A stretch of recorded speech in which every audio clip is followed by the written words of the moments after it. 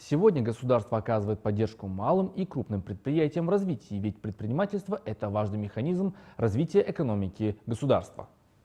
Поэтому сегодня в рамках пресс-тура представители СМИ посетили различные предприятия и лично ознакомились с инициативами развития. Подробности в материале.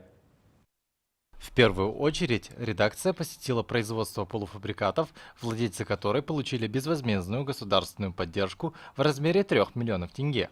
Спустя почти 3 года с начала открытия предприятия производство расширило товарный кругооборот, спрос на продукцию имеется и в других городах. Сначала мы лепили пельмени дома на заказ. Спустя полгода взяли в аренду помещение и начали в полном объеме изготавливать продукцию.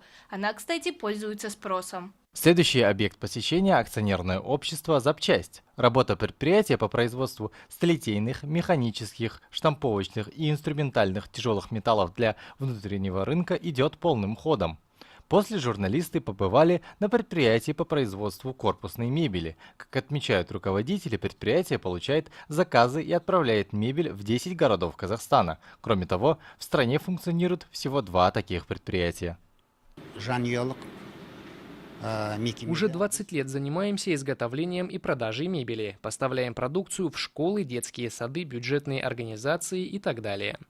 Последним объектом в ходе пресс-тура стало предприятие, которое занимается производством макаронных изделий. За долгие годы работы оно обеспечило множество человек рабочими местами и продолжает активно развивать свой бренд. По итогам 9 месяцев 2023 года рост производства составляет 3,7%. В сегодняшнем пресс-туре мы посетили такие предприятия, как акционерное общество «Завод Запчасть», арматурный завод, предприятия легкой промышленности. В ходе организованного пресс-тура показали журналистам работу предприятий малого и среднего бизнеса Тараза и Жамбылской области. Также ознакомили и с достижениями. Главная задача сегодняшнего пресс-тура – это познакомить представителей средств массовой информации с работой различных отечественных предприятий, и, как можно заметить, в нашем регионе сфера предпринимательства продолжает свое активное развитие. Мадияр Сылыков, Аслыжан Шымкент, Айхан Ахпарат.